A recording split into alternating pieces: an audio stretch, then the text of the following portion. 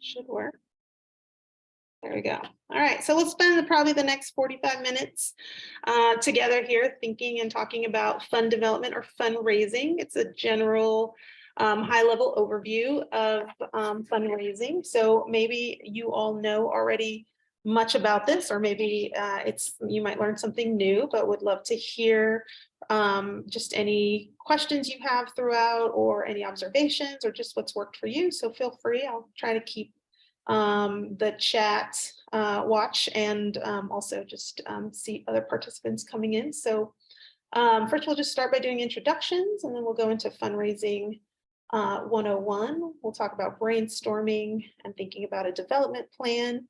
We'll go over different types of fundraising and fundraising activities, thinking about relationship building and the basics of a letter of interest or an LOI, and grant proposals. We'll do a quick overview. And then lastly, the role of your organization's board, and then sort of your start on researching potential funders. So let's just do a quick round of introductions, just your name, your organization, and just anything you might want to learn. So if you're here just to listen, that's great too. Before we launch into that, I'll just do a quick announcement, introduction of Alyssa, and I'll let her say a little about herself. But she's been a fundraiser and nonprofit director for over 25 years. She's worked as a fiscal sponsor and a board member for a variety of charitable organizations. She's currently part of the constructive capital team at Dr. Bonner's and oversees grant making, administration, and operations. So a great wealth of knowledge and a resource. And as I mentioned, Dr. Bonner's has been supporting HGRA in our work. And Alyssa and her colleague Megan will be putting on a workshop later next month and going in depth about foundation, grants, and planning. So I'll just hand it over to Alyssa to say a little bit more if I haven't said all of it yet, and then we'll pass it on to our service providers who are here. Yeah, thanks, Diana. I am coming to you from the Bay Area, Lashana Ohlone territory in northern mid-California.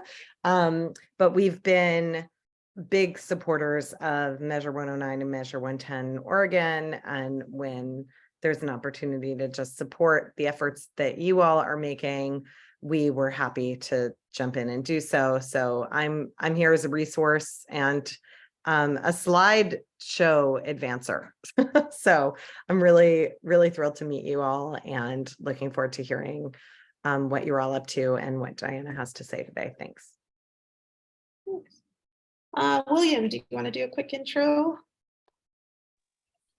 Absolutely. William Barnes from RRW. And what I want to get out of today, I just want to learn more about all the aspects you touched on, particularly the grant writing part of it. Sebastian, would you do a quick introduction? Good morning, everybody. I'm Sebastian Viteri. I'm CFO here at Dixon's Recovery Center, and I've been with the agency for 1.5 years, so I'm excited to be here. Thank you so much. Excited to have you. And then Francesca, you just jumped on. If you would just do a quick introduction and who you're with organizationally. Yeah, sorry in advance. I'm home with my kids, so you might hear kid noise in the background. I'm Francesca Lazzari, and I'm the burn coordinator for Iron Tribe Network. Great, fantastic. Sunny, do you want to do a quick intro?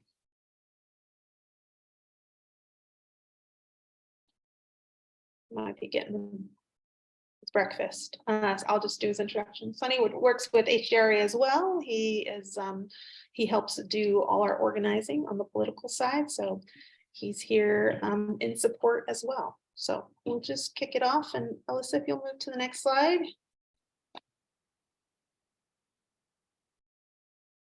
Thank you. That's the agenda for today. So that kind of just went over that, but just so you can see it out there. And then we'll go to the next slide. I'll just do a quick introduction about myself. Diana Nunez, as I mentioned, and I am a longtime community advocate who has worked in both public and private and government sector. I've been an executive director for 2 different nonprofits over the last 8 to 10 years. They've been in economic development, education, and small business, and there was technical assistance aspect to that organization. And then I've also done statewide, executive director of a statewide advocacy organization working on policy on the implementation as well as the advocacy side. So kind of have been in the shoes of your organizations from both ends. I've also worked for the city, the county, and the state. So also done policy and implementation, contracts, grant management. So again, kind of have that view. And then when I'm not doing the current consulting work that I'm doing, working with you all, I will help other nonprofits and foundations think about equity, inclusion, specifically in policy systems and processes. So I want to make sure that nonprofits are feeling supported in their missions and sort of navigating those systems that can be really obscure and sometimes tedious to move through. So I'm here to help you all as someone who does the work for HJRA, and then any other need you might have organizationally, happy to help there too. And then when I'm not doing that work, I'm at home with 2 teenagers, my partner, 2 parakeets, a 3-pound dog, and a 20-pound cat. So that's a story in itself. So next slide. Happy to be here to spend the next hour or so with you. So let's just get into where we start. And will you go back one slide, Alyssa? I think it's Fundraising 101. Oh, there it is. Thank you. So let's just talk about Fundraising 101. What is fundraising? Simply put, fundraising is defined as raising money. Nonprofits use fundraising to gather money for a specific cause or a group of people. You use this tool in order to function as a company because you don't make money as a traditional business. Nonprofits have a purpose and a cause or a community they aim to help, and funds ensure that they can support the organization's mission statement. Additionally, fundraising spreads awareness for a cause. It can help the community gain better understanding of the work your organization is doing. And there are various entities that offer grants. So this is including federal, state, and local governments. And there are around the world that help. There are big entities that help nonprofits all around the world. There's private, public, and community foundations. So there's a plethora out there of people who are looking to support various causes. So it could be a little bit overwhelming sometimes when you're trying to think about, fundraising and where to start and who's out there to help support your mission. As we specifically think about Measure 110, it's a state grant. So grant funding is dependent on a source of revenue, as all grant funding is, but Measure 110 is specifically cannabis grant funded as well as state budget funded. So as we're in the process of the state projections and planning for the upcoming biennium's budget, we know that the cannabis tax revenue will be down about 25% than the previous biennium. So although there are some additional funds from other state program savings that will help fill that gap, there still might be a reduction in the upcoming years, and one we have to think about how we want to support current levels of funding when state funding, cannabis tax revenue, programming budget may just ebb and flow over the coming years. So I think the current grant amount for the previous biennium was 196 million for Measure 110. So currently the projections are in the 180 million range. So not a steep decline, but again, thinking about diversification of our funding. If there is a reduction in any of our grant funding from the state, what do we want to do to maintain current service levels? So just thinking about the diversification of funding. So let's go next slide. It's where do you start? How do you start thinking about possible options by diversifying your revenue and the various funding streams? You first want to start with brainstorming and developing an action plan.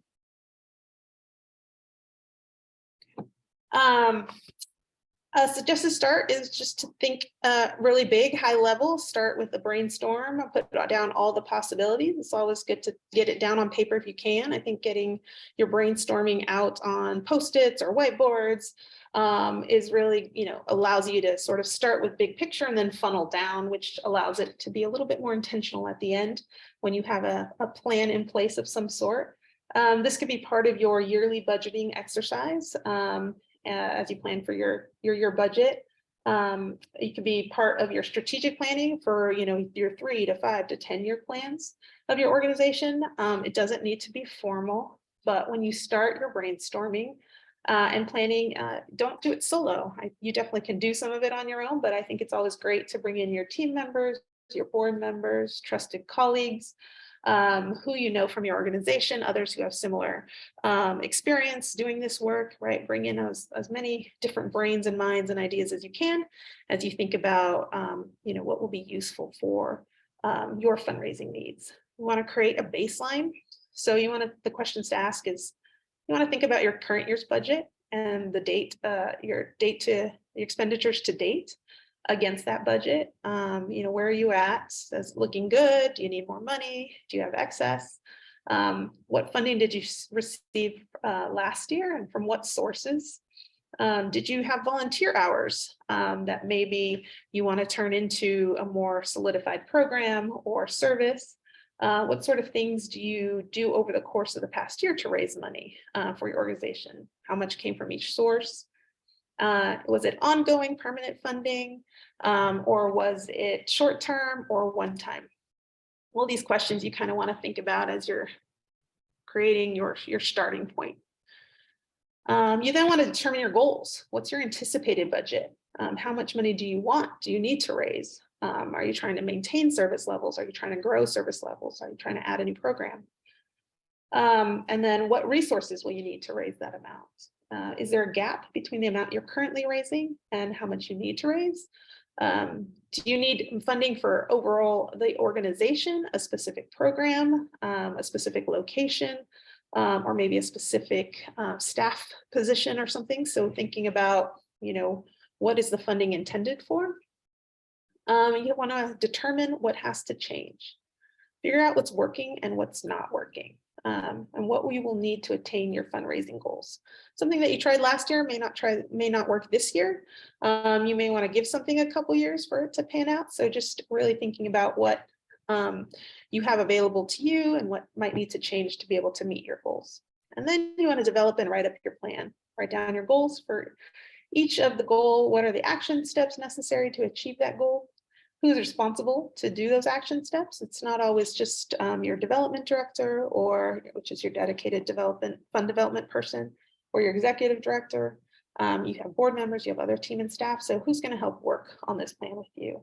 And then you want to organize those action steps in a timeline so that you can see that if you need to raise money by the end of the year, that you kind of work backwards to when you need to get started. As you think about your plan and your fundraising goals, I just want to emphasize that organizations make sure that they're developing fundraising goals with their mission in mind and not necessarily trying to evolve their mission or create new programs or services to secure new funding.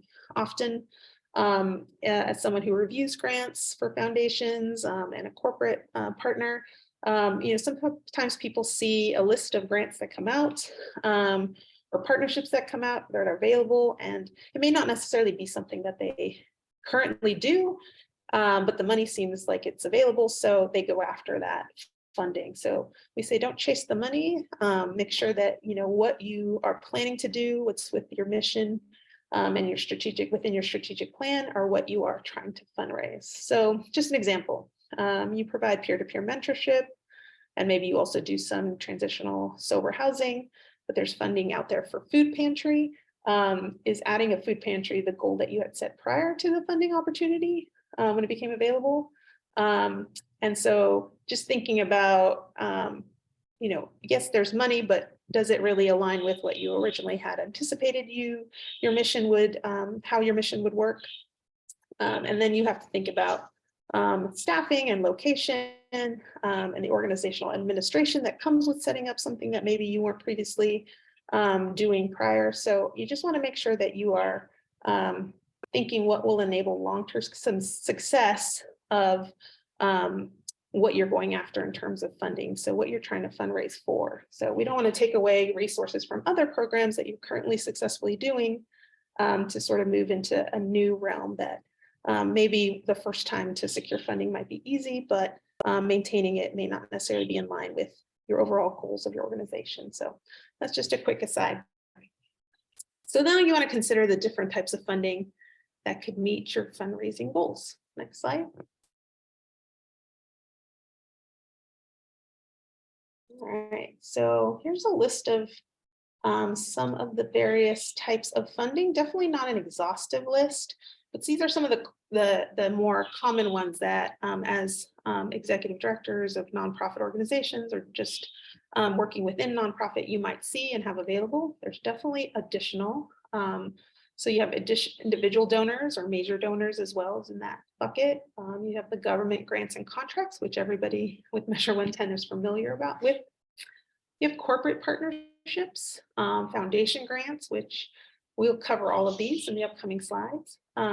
Something called social enterprise or entrepreneurship, which is essentially sort of a business created for the good of your mission. And then there's membership as well, which is a different model that we can look into or do a brief overview of.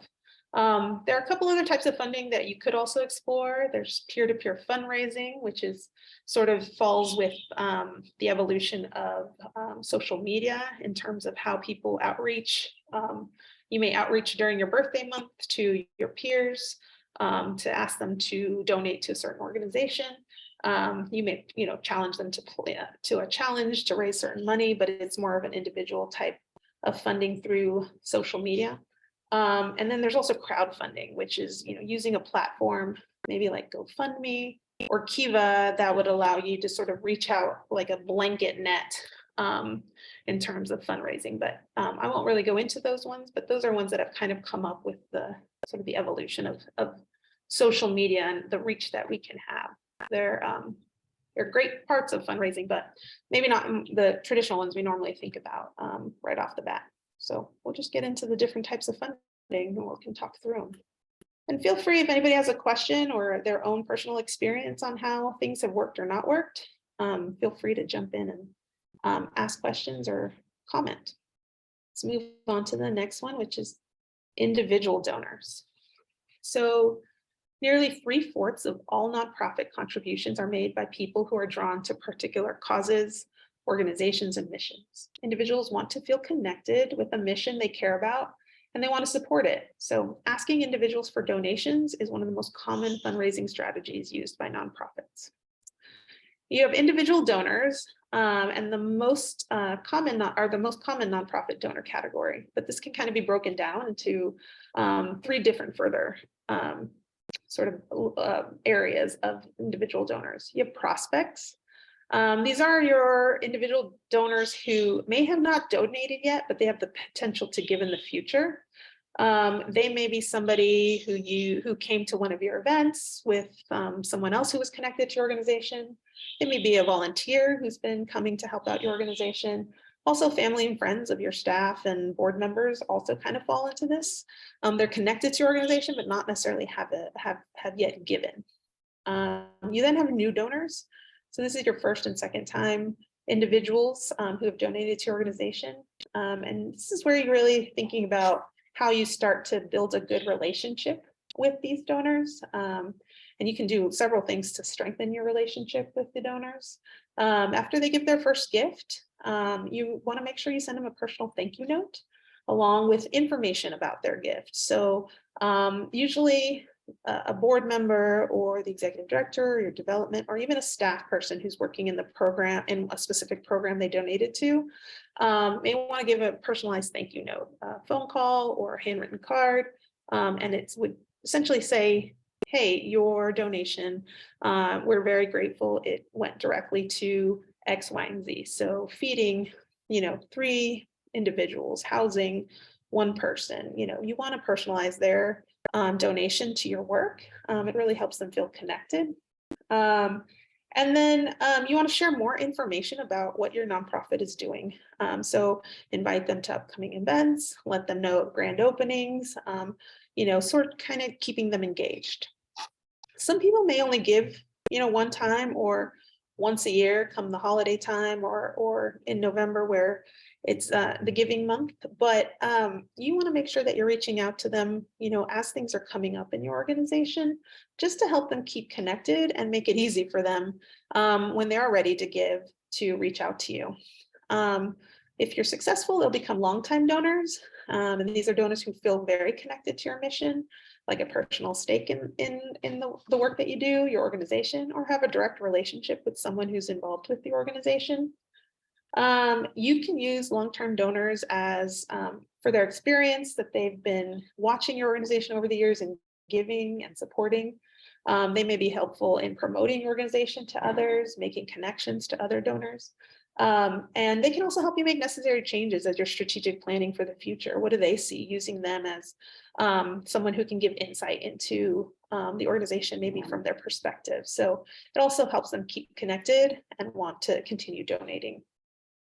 Lastly, if you're lucky, you will have a few major donors who sort of evolve through this from a prospect into a major donor.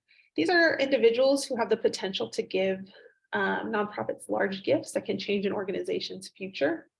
So you might set the definition of what a major donor is for your organization based on budget and need. So could be organizations where $1,000 is considered a major donor, who they give a year, or $10,000. It really is just dependent on how you're cultivating your organization donors, you're cultivating your organization's donors, and sort of the budget and the size of your organization and the needs.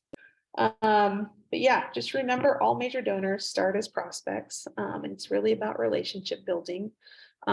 Keeping them connected, keeping them informed, and then hopefully through these relationship building and sort of keeping them included in your strategy for the future, they invest in your organization in a meaningful way through a large donation.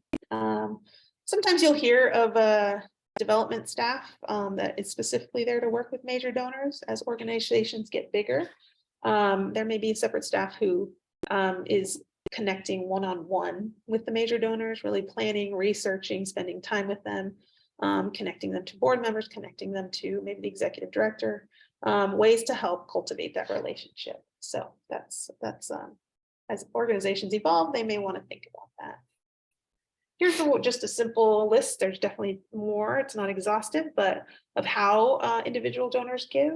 They usually do through online donations, text giving, monthly and recurring donations, which you want to make it easy for donors to give money. So the online donations, having a button where they just push and can opt in is always fantastic. You could also have event fundraising. So you could have maybe a dinner or an auction. Individual donors can also give in kind. So they may be able to donate their home, their cabin for a week, and you auction that on, and auction that off, and those proceeds would go to your organization. So there are various ways that they can give. And then you may also think about why individuals give as a motivation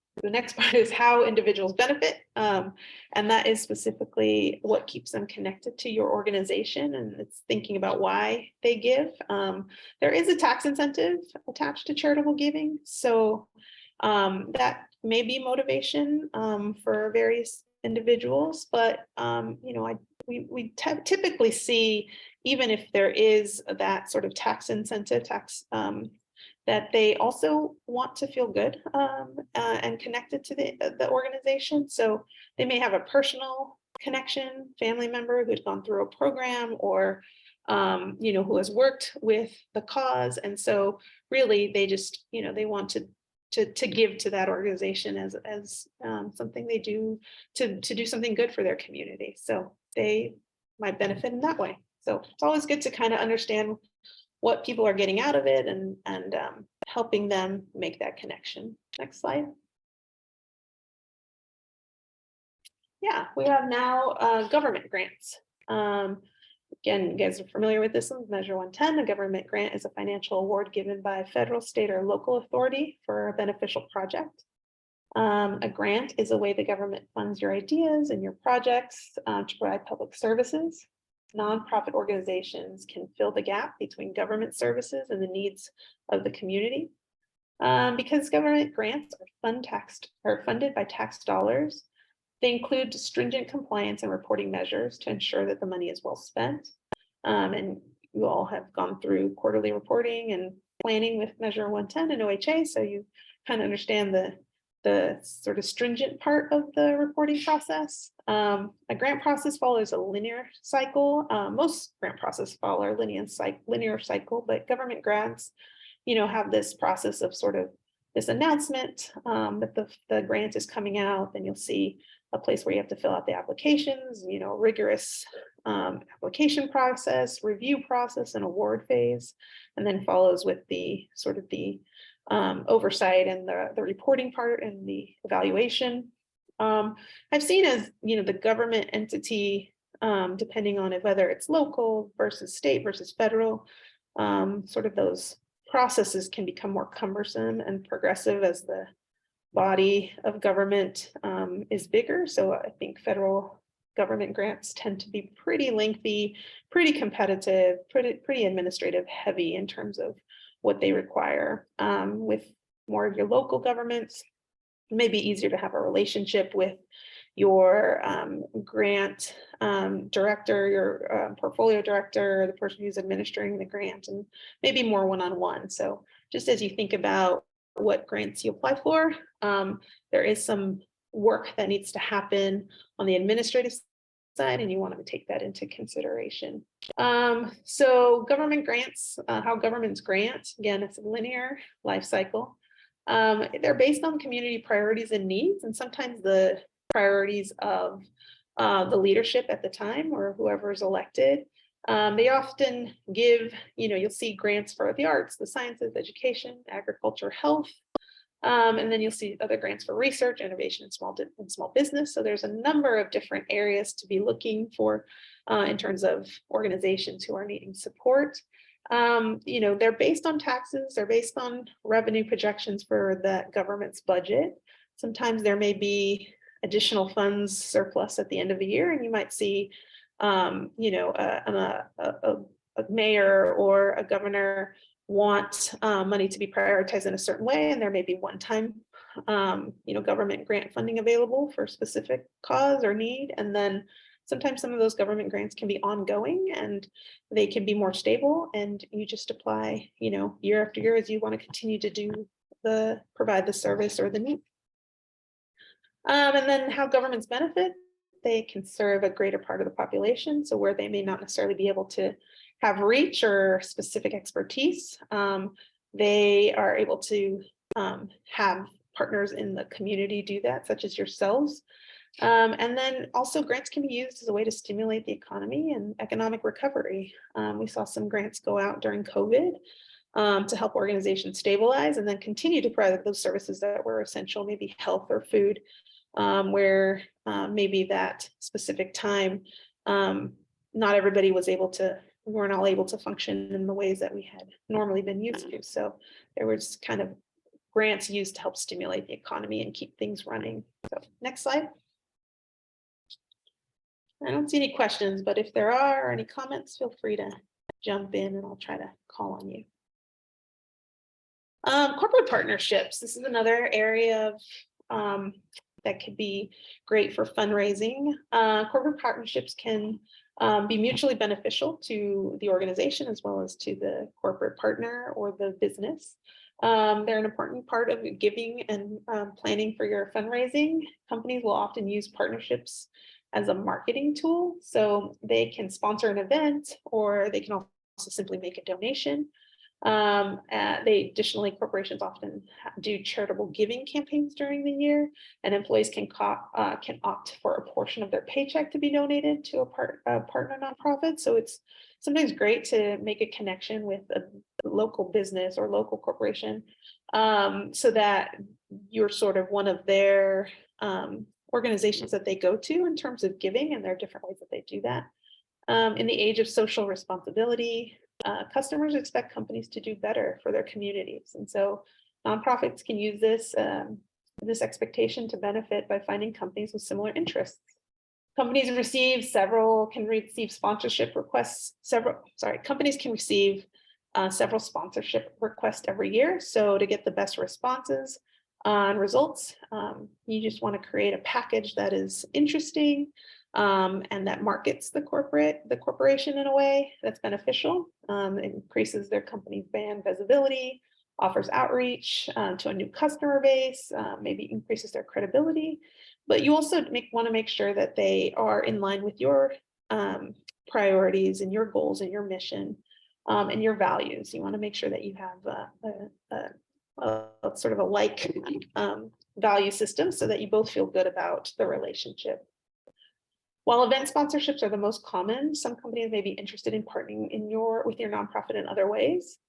If a company or its leadership is interested in your organization's mission, they may be interested in sponsoring a specific program. So sometimes you'll see a program of an organization named after a corporation or company. They could do something like technology grants, really specific, wanting to invest in your technology or computers or laptops to your staff or a program you may have. And there's other ways that they support. These can include volunteer days, volunteer grants. So they may ask their staff or their team to volunteer 2 times a year, and they may choose your nonprofit as one of the ways to do that, spend the day with you or spend some hours with you. Like I said before, employee giving is a great way. So if you're on their radar, they may put you on a menu of organizations their employees can donate to, either on an ongoing monthly paycheck or maybe a one-time a year when they're doing their giving. And then matching gift programs is another way of doing that. So sometimes you may, if their employees raise a certain amount, they may match that, or if you raise a certain amount, they may want to match that as well. So it's match that as well. So it's another way that the corporate partnership can kind of work out to your benefit. Just some examples of, I think there's many out there, and maybe you've all worked with some, but you can just think about like the Trailblazers. They do a grant program, Live, Learn, Grow grants. They also give in-kind donations. And so they just, want you to put their name on your webpage that, that they're your sponsor on, a grant that you received, or maybe an auction to a game. Thinking about Cambia, Blue Cross Blue Shield, they do event sponsorships in kind, they'll do printing for you and marketing. I'm just thinking about Solve, who's an organization that, really wants your team to come out and help pick up trash in neighborhoods. And so that's a great way that a company can come out and support that missions organization. But, just thinking about things like maybe if you have a furniture bank or you're doing housing and you need furniture built, some organizations will come out and do like a building furniture party, putting together care packages, maybe toiletries, that sort of thing. Maybe design flyers for your event, or things that you want to pass around that share with the work that you do. So there are different ways that companies and businesses can help. It's not always monetary, but it's also very helpful in terms of giving hours and sort of reduction of your work to help get your message out. Next slide. So we'll just talk briefly about foundation grants, because as I mentioned, Alyssa and Megan will do a much more in-depth conversation around foundation grants in the coming month. But foundations are charitable organizations that issue grants to nonprofits based on mission, location, size. Sometimes a foundation will award a grant to a particular nonprofit, or a nonprofit can submit an annual grant request to receive grants. When applying for grants with the foundation, it's vital to start with a relationship you already have, or build a relationship with someone at the foundation, leadership, or one of their program officers. Competitions for grants, it's fierce. So there's many nonprofit organizations trying to outreach to secure dollars. So organizations just need to do their due diligence and their research and form relationships to just have a better fund of receiving the grants that are available. How foundations donate their community grants. So there's some like the foundation kind of doing a lay of or a quick scan of what's happening in their state, in their city, and sort of what are the biggest needs of the community and how are organizations working with those needs. And they want to support that. So they're looking sort of at their mission and what their goals are. A foundation that you all might know that sort of does this lay of the land and has, you know, the priorities that they grant in is Oregon Community Foundation or Meyer Memorial, some of the bigger foundations that have multiple types of grants that they award. You have private family foundation grants. This is a money that is endowed for the use of a specific community goals or the family's, you know, interests. We have a local family foundation, the Jubitz Family Foundation. This was money that Mr. Jubitz made over his lifetime and really wanted to invest back in the community. So he created his own foundation. And they are smaller in how much they give, but they're, you know, much more thoughtful in the terms of what they want to give to. So they have a much smaller list of types of grants that they give out. His is specifically peace building and environment. So they just kind of focus on two. There's someone like the Bill Healy Foundation. Again, he's climate. He's had real interests in how climate change was affecting the state of Oregon, or the Pacific Northwest. So he wanted to grant in that way. So sort of looking at those different family foundations, and maybe there's family foundations that are really thinking about health and behavioral health and housing and, you know, how they may have a connection to that and want to grant towards that specific cause. William. Is there a good thank you for what you're sharing. Is there a good resource like to kind of go in and you know go through these different people who have grants to offer? Yeah. There's a number of websites that you can research on these different grants for sure. I'm going to share a list at the end of this presentation with everybody that I've sort of done some of the legwork and the start. And then there are some databases, paid databases that one could pay to kind of get a list. But it's more of a research, sitting down and kind of going through various organizations or various foundations that are out there, to really find the right connection. And I know that Alyssa and Megan will dive deeper into that as well. But I'll provide a start for you all at the end of this. Okay, thank you so much. Sorry, I was getting a little feedback on my computer again. My apologies. All right, next slide. Let's talk about social enterprise.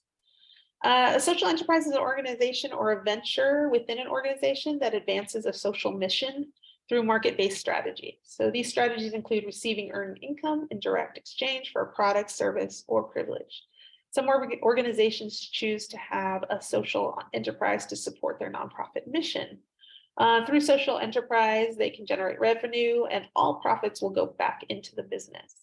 So how the social enterprise benefits the organization? It's earned income. So you're selling goods or services that advance the social or economic or environmental cause. And that is in line with the mission of your nonprofit work. And then that service or the profits from that selling those goods goes back into your organization. So it's reliable. It's a reliable revenue stream based on how you manage the business. So it could be that you know every month you're going to have this additional source of income because you know how much you plan on selling or plan on this specific product to provide.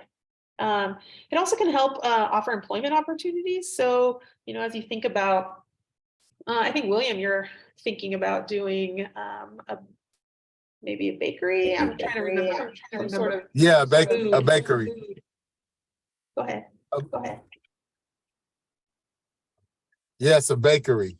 Yeah, so I think with that, right, you're able to help people have skills and build their skill set and, you know, have work experience, something to put on their resume. And also the selling of that product would go back into your organization. So it's a different different revenue source, and it's one that you know, may align really well with the work that you all are doing.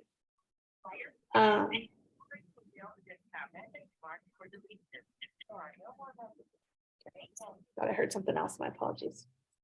And then I'll just give an example of one which, other than Williams, that is one that is that I've heard done. But we have a nonprofit locally called Community Warehouse. They're a furniture bank. So as people are transitioning from houselessness into a home, they need furniture, and so they receive donations from various community. Beds, dressers, household items, and then whatever is not a basic household item. So say they get a fancy, you know, 10-person dining room table, they sell it in a store because that's not something necessarily someone might need to start their new home. And so whatever they get that doesn't necessarily fit what would go into an apartment, they're able to sell. And they're able to put that money back into their organization. So other types of services, other types of things like consulting. If you have an expertise of building something and someone wants to hire you for that, you can, you know, be hired through your organization, and that consulting revenue can go back into your business. Rental properties as well is something that people can utilize, rent out to others. And that goes into your other housing properties. So they're just some different ideas. They take a little bit of thinking through a business model and how they will work, but that's there can be a great way to diversify your revenue and have a different way of supporting your organization. Next slide. This one's membership. A formal membership organization is a nonprofit that grants its members specific rights to participate in its internal affairs. These rights are established in articles of incorporation and defined in more detail in the bylaws. Usually in a formal membership organization, members elect the board and or their officers. They can approve changes in the bylaws, and they authorize major transactions such as mergers or dissolution of an organization. And you can give specific members, specific perks for membership dues. You may want to give them additional inside information, discounts, priority seating, registration to events, etc. So membership can be, you know, from a simple organization who wants to have members who give monthly, and for those monthly dues, they get specific priority on maybe some of the events they're doing. I was part of an executive director. I was an executive director organization that we would give personal, smaller group conversations around policies that we were hoping to go to the state with. So it allowed members to be part of the voice of policy sort of thinking and creation and advocacy. So there are different ways to do membership. Some of the ones that you're probably more familiar with are maybe some social or recreational clubs, such as country clubs, fraternities, maybe civic leagues, neighborhood associations. You have chambers of commerce, maybe teachers' retirement fund associations, labor organizations have that membership structure, and then some veteran organizations. So like I said, your organization can just sort of have these ongoing dues that maybe are very tailored to the work that you're doing, and people are getting you know, specific information or services based on those dues.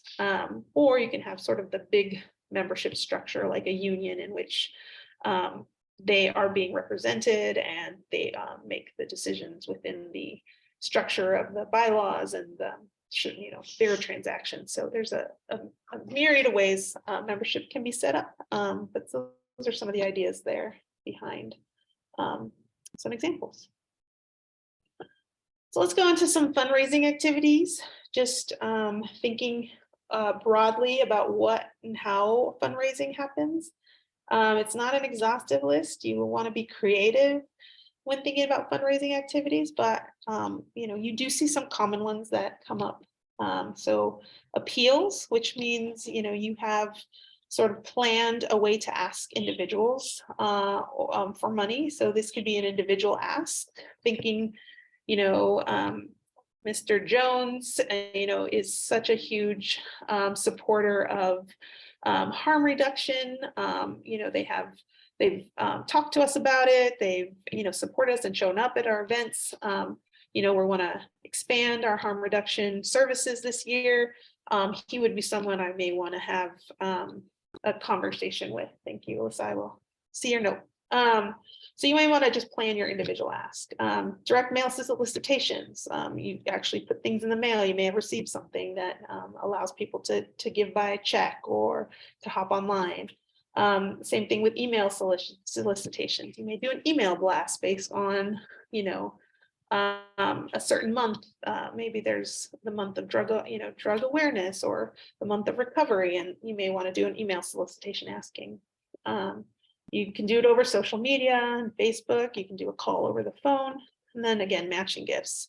Sometimes with individual donors, you say, would you put up $2,000 if we raise $2,000? And that might give sort of that more personal connection. There are events you can put on, dinner auctions, end of year appeals. There are cause months, like I mentioned before, Giving Tuesday, which is sort of the time where everybody's making an ask. So you want to go after that money there. You could do a tournament like a golf or tennis or badminton or bowling, right? Make it fun.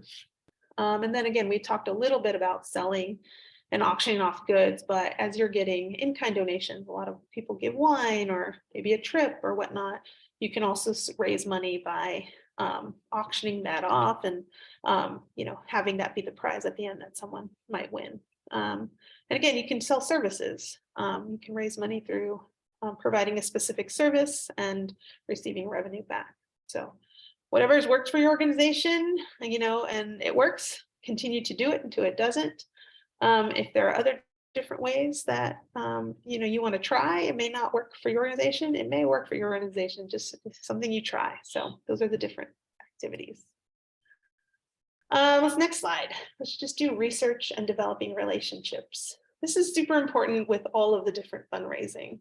And I'm running a little bit out of time, so I just want to make sure I go over this slide, and then we'll kind of run down towards the end. When you're thinking about fundraising and fund development, you definitely want to plan ahead and do your research. You want to know as much specifics about the funding source that you're seeking. You want to know if the foundation that you're working with, or the family foundation or the corporation, offers a workshop or any support around developing a proposal, putting one together, how they like it formatted, so you can cut down on time. Does the foundation publish an annual report or newsletter? Does it have a website, right? How much have they given before? Who are they giving to? Who is not being given to? So a report or newsletter is really great information. Who will read and score the applications? Is it a program officer? Is it a panel of community members they put together? It's just good information to know how they're going to do it. And then what's the mission of this foundation? Does it align with yours? What are their goals of the donors? You just want to make sure that they're really aligned so that you have the best shot of receiving the funds. You want to make sure that you follow through on all of the term grants. So to be granted a second time, they want to make sure that you closed the loop on the previous grant that they gave you. And so they may often start with a small grant and then want to move to a bigger grant once they have a relationship with you. So you want to make it compelling and show impact, and you want to make sure that they make the connection from between the societal need and the solution that you all are providing. So relationship building and research is key. Next slide. I won't go too much into an LOI and the grant proposal itself. I know that Alyssa will go over that. But if you do want maybe a template for an LOI or grant proposal, happy to help with that as a TA assistance for HGRA, but an LOI is your first step in. It's your letter of interest. Many foundations, corporate partnerships need you to outreach to them and sort of share with them a little bit about yourself. And then that will pique their interest and they will want to get to know you and see if you're a good fit. So that's the first step. And then you're going to move into your grant proposal. So that's the next slide. And this is the document that outlines your project and your program. It tells everything about your organization, what you need, how much you need, what your goals and objectives are, your methods and strategies for doing your work. What's your plan to get it done? Have you done it before? Have you been successful? It's really just your overall way of sort of explaining the need and who you are. And then lastly, you'll also have an evaluation, information about your organization and your project budget. So just know that there are pieces of your grant proposal other than your executive summary, your needs statement, your goals and objectives. You also have evaluation, just the information about your information, and then provide them with a budget. Okay, and last, the role of your individual board members. So if you have a board, you really want to use your board to help you as you think about your fundraising. They can help identify and evaluate and cultivate prospects, right? They have relationships, they have friends, they have companies that they worked for in the past. That can help you for sure. They can approve adequate budgets with your fundraising goals incorporated. So they want to be a second set of eyes on your goals. So, and whether they feel like they're far reaching or they're not enough, they can help approve those goals and help you outline that. They also will attend face-to-face solicitations. They're great to sit next to you and talk about their personal interest in the organization. A lot of foundations will ask for you to bring a member of your board with you. They'll sort of organize. They can also organize and attend special events. And lastly, they're great as ambassadors in terms of thanking donors, making calls, doing handwritten notes. It's a lot of work to do the services that you're doing on the day-to-day. So having a board member help take on some of those little tasks to help make a personal connection is always very helpful. So utilize your board members and again, your other team members as well. So lastly, I'm just going to give you an example of a list that will be that I'll send to you after this this presentation. And this is the list of funders to consider. So we have created a spreadsheet and we've broken it down into the priority focus of foundations. So these are a list of foundations that are local and state, and there may be a couple national ones on here that fund Measure 110 type organizations. So organizations that may do behavioral health, housing, harm reduction, supportive employment, peer-to-peer memberships. So there's a tab around each of the different services. And so you'll see that they're broken down by geography, priority focus, geography, award amount, and then general deadlines. So as I had mentioned, grants tend to be cyclical. They tend to put out every year when they're going to be doing their grant making process, when your applications will be due, when you should have submitted an LOI, et cetera, et cetera. So that's when I talk about research. So this one has already started for you, and I'm happy we'll send that out to everybody on this call. That's going to be made available, and that's for 2023. We've got some deadlines there, and we'll try to keep this updated for you all so that, as you're thinking about doing your research, what additional funding you will need in the next year or coming years, that you look at these different foundations as possible foundations that you outreach to. And there's some corporate foundations on here too. So you'll see Bank of America, Alaska Airlines, et cetera. So what's the best match for your organization? And it may be 10 of these are the best match and you receive one grant. So that's why you kind of want to plan ahead, because it does take some legwork. But once you have a proposal and an LOI, you can definitely finesse that for each one of the different grants that you're going to go after. So it's kind of the beginning legwork, but after that, you should be able to kind of use that as a template for additional ones you apply to. So I'm sorry that come to our end there. The last slide is just one of questions. I'm here as your technical assistance support. As you heard anything, or if you want more information, yeah, feel free to reach out to me. I'm happy to help. These are the next workshops that we have coming up. We have a Communications 101 that's on Friday, June 26th, sharing your story.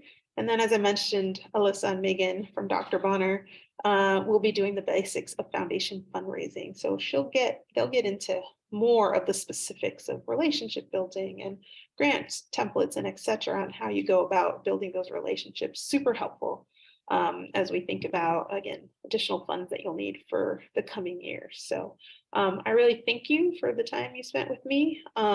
This video will be uploaded to the HDRA website.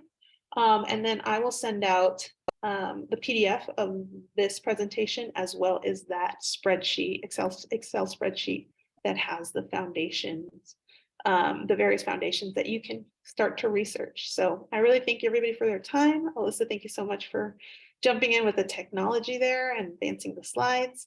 And then we hope to see you at the upcoming workshop. So thank you so much. Thank you. Everybody. Bye, everybody. Thank you. Thank you. Take care.